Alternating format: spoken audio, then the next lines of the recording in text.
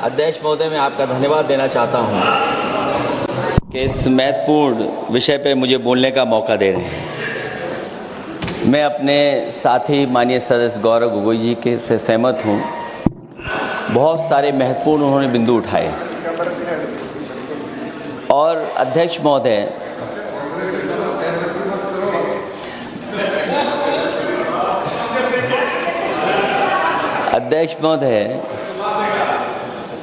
मुझसे ज़्यादा मेरे रिश्ते शायद हमारे विपक्ष के लोग ज़्यादा जान रहे हैं और जितना विपक्ष के लोग नज़र रखेंगे मैं समझता हूँ उतना रिश्ते और मजबूत हो जाएंगे। अध्यक्ष महोदय, मैं आंदोलन को बहुत दूर से देख रहा था और उस आंदोलन में जो जीत के बाद नारा लगा, एक नारा लगा अध्यक्ष महोदय, सरकार के खिलाफ नारा लगा कि सरकार को ये अहंकार था कि सरकार झुकती नहीं है, लेकिन उन्हीं नई पीढ़ी के लोगों ने ये वो नारा दिया कि झुकाने वाला चाहिए, सरकार भी झुकती है और सरकारों को झुकाना भी नौजवानों को आता है। सरकार झुकी और स्वीकार किया उन्होंने।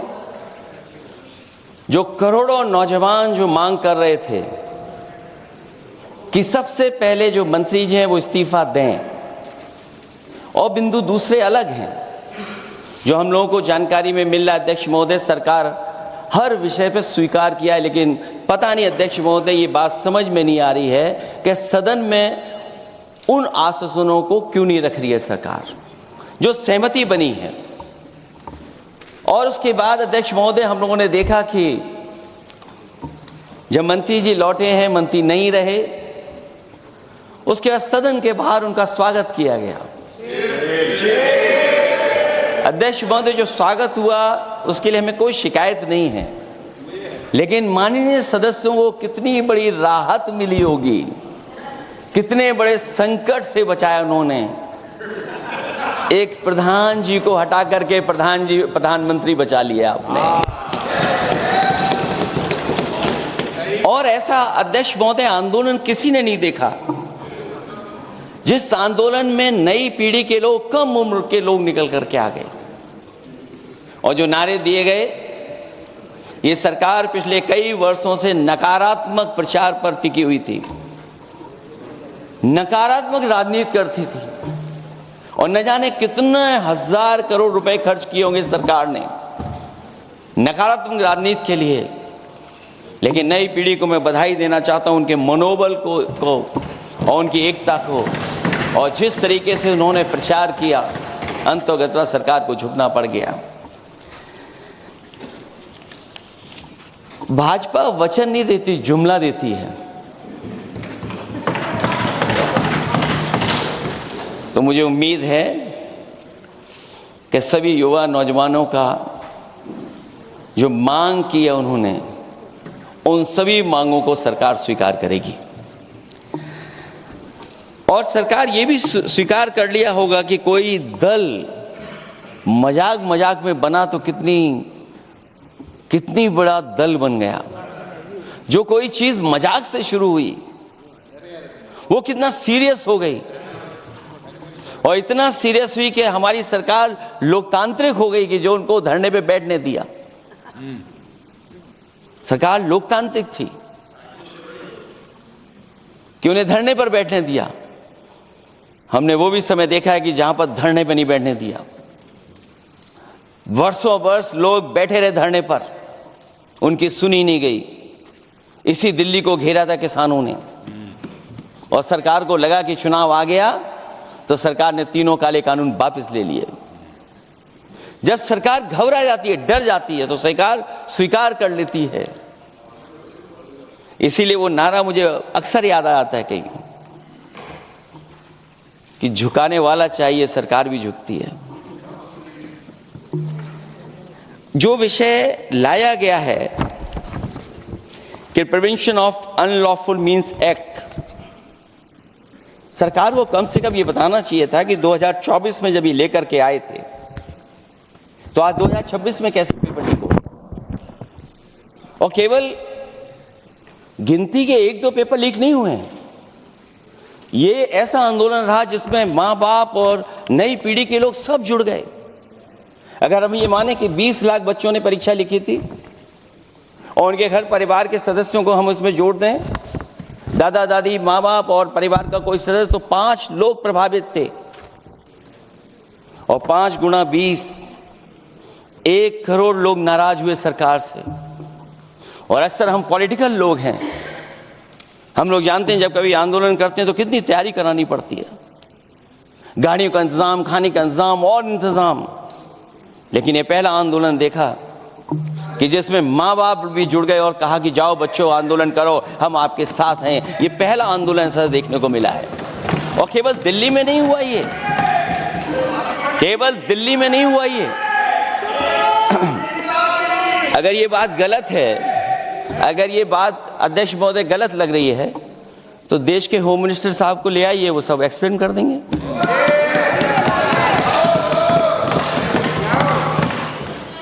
पहला आंदोलन जिसमें माँ बाप ने साथ दिया, क्योंकि परीक्षा से कितना दुखी हैं लोग। ये जो परीक्षाएं लीक हुई हैं, कई महीनों पहले ये किताब बना दी थी। और अध्यक्ष महोदय, जो लोग चढ़ावा चोरी नहीं बचा पाए, वो पेपर लीक कैसे बचा पाएंगे? जो भगवान के दरबार से दान गायब हो गया, दान चला गया, वो लोग पेपर लीक बचाएंगे? किस कानून को, जो कानून पहले बनाया उसी कानून का संशोधन करके लेके आए हैं? किसकी आंखों में आप धूल झोंक रहे हैं? और अगर कानून से बच रहा होता तो भाजपा की 10 साल की सरकार में 20 परीक्षाएं कैसे लीक हो गई? 20 परीक्षाएं लीक हुई अध्यक्ष महोदय, जिसमें कोर्ट तक जाना पड़ा, उसके बाद परीक्षा रद्द हुई है।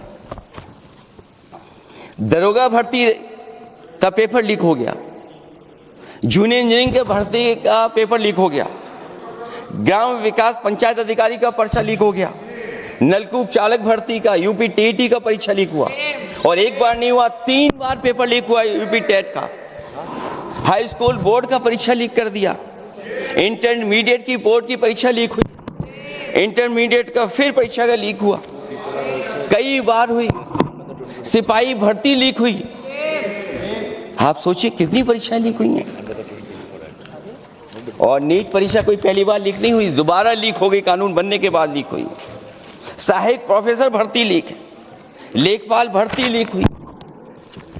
यूपी जैसे स्टेट, जो सबसे बड़ा स्टेट है, जहां से प्रधानमंत्री चुन करके आते हो, वहां तक पेपर लीक हो जा रहा है। और जो संस्था परीक्षा एग्जामिनेशन करा रही है, वो एनटीए में भी आउटसोर्स कर दिया आपने।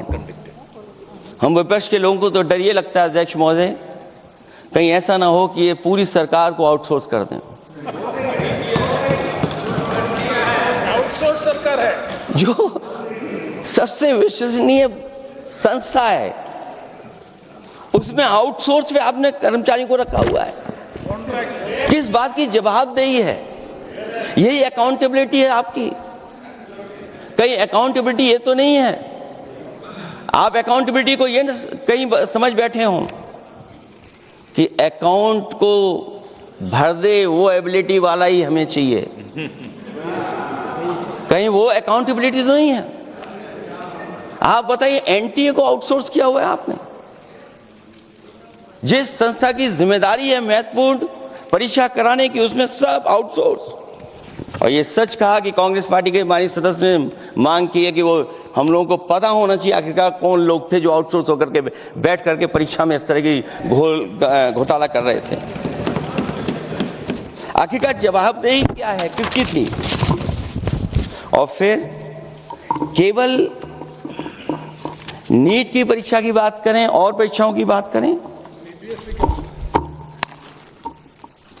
अगर हम अध्यक्ष महोदय, जब से सरकार बनी है तब से सरकार की कोशिश रही है कि शिक्षा, परीक्षा और यूनिवर्सिटी का ताना बाना पूरा ध्वस्त हो जाए। उसको एक रंगी बना दें हम, उसमें अंडरग्राउंड अनरजिस्टर्ड लोग शामिल हो जाएं। ये पिछले जब से भारतीय जनता पार्टी की सरकार आई है तब से हो रहा है। और फिर शुरुआत कहां से होती है? क्योंकि आप नहीं चाहते कि देश के गरीब लोग पढ़ें लिखें आगे बढ़ें। सरकार ने सबसे पहले हमला किया प्राइमरी स्कूल पर, और प्राइमरी स्कूल कितने बंद किए हैं आपने? जहां से बच्चे की शिक्षा की यात्रा शुरू होती है। एक गरीब परिवार का बेटा बच्चे कहां से पढ़ करके निकलते हैं?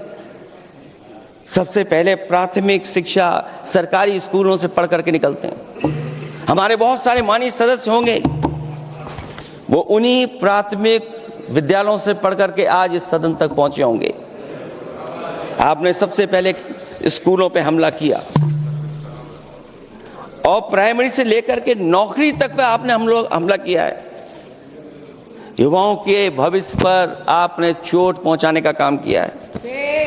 और जो प्राइमरी स्कूल जो आपने बंद किए हैं, वो इसीलिए बंद किए हैं आपने कि पिछड़े, दलित और गरीब के वर्ग के परिवारों के बच्चे पढ़ लिख न जाएं।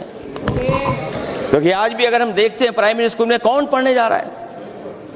सबसे समाज के गरीब परिवार के बच्चे पढ़ करने जा रहे हैं। सबसे पहला हमला आपने वही किया, और इसीलिए किया क्योंकि नींव पर ही अगर हमला होगा तो ये आगे नहीं बढ़ पाएंगे। जो आंकड़े सरकार के बताए गए हैं, 1 लाख से ज्यादा सरकारी प्राइमरी स्कूल बंद कर दिए सरकार ने। और अगर ये बात गलत है तो हमें उम्मीद है सरकार इस पर भी जवाब देगी। और अगर हम आंकड़े निकालें तो जो आंकड़े दिखाई दे रहे हैं, यूपी में सबसे ज्यादा प्राइमरी स्कूल बंद हुए हैं।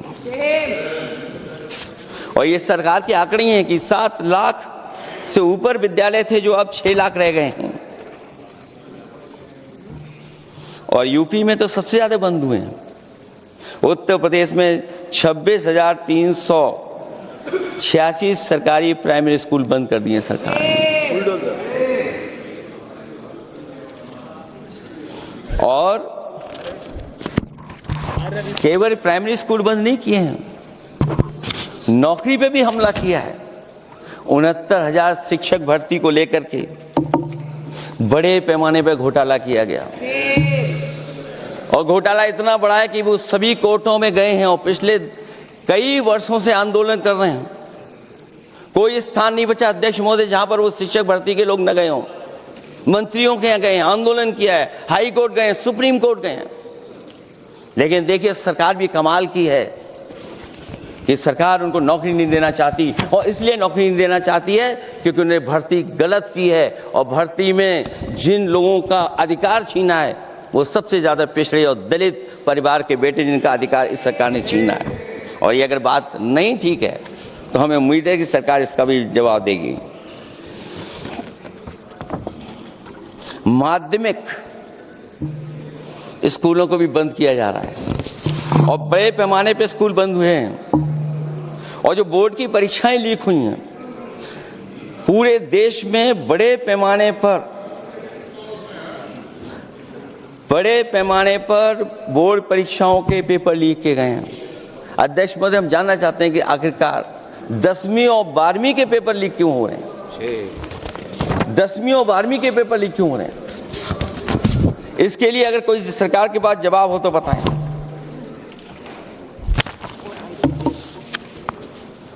और जो बच्चों ने जान दी है नीट की परीक्षा में, जब परीक्षा का पेपर लीक हो गया है, अध्यक्ष महोदय, मैं अपनी तरफ से, पार्टी की तरफ से और सभी की तरफ से उन्हें श्रद्धांजलि देता हूं। और हमें उम्मीद है कि सरकार उन बच्चों की मांग मानेगी जिन बच्चों ने ये शर्त रखी है कि उनके परिवार के लोगों को 1 करोड़ मुआवजा दिया जाए। जब उच्च शिक्षा में जिस तरीके से भर्ती हो रही है, अध्यक्ष महोदय, जो उच्च शिक्षा की भर्ती है उसमें जो अपॉइंटमेंट हो रहे हैं उनके बारे में तो क्या चर्चा करें कि जब संस्था पे सबसे ऊपर बैठा व्यक्ति ही अन्याय करेगा तो पूरी संस्था में अन्याय होगा। जब से ये सरकार आई है, जो बड़ी बड़ी संस्थाएं हैं, उन सब संस्थाओं में एक रंगी लोगों को बैठा करके उन संस्थाओं को ध्वस्त करने का काम कर रहे हैं और न केवल उन संस्थाओं को खराब कर रहे हैं बल्कि अध्यक्ष महोदय, उत्तर प्रदेश में एक स्वतंत्र सेनानी, उनके नाम पर यूनिवर्सिटी बनी, मौलाना जौहर यूनिवर्सिटी,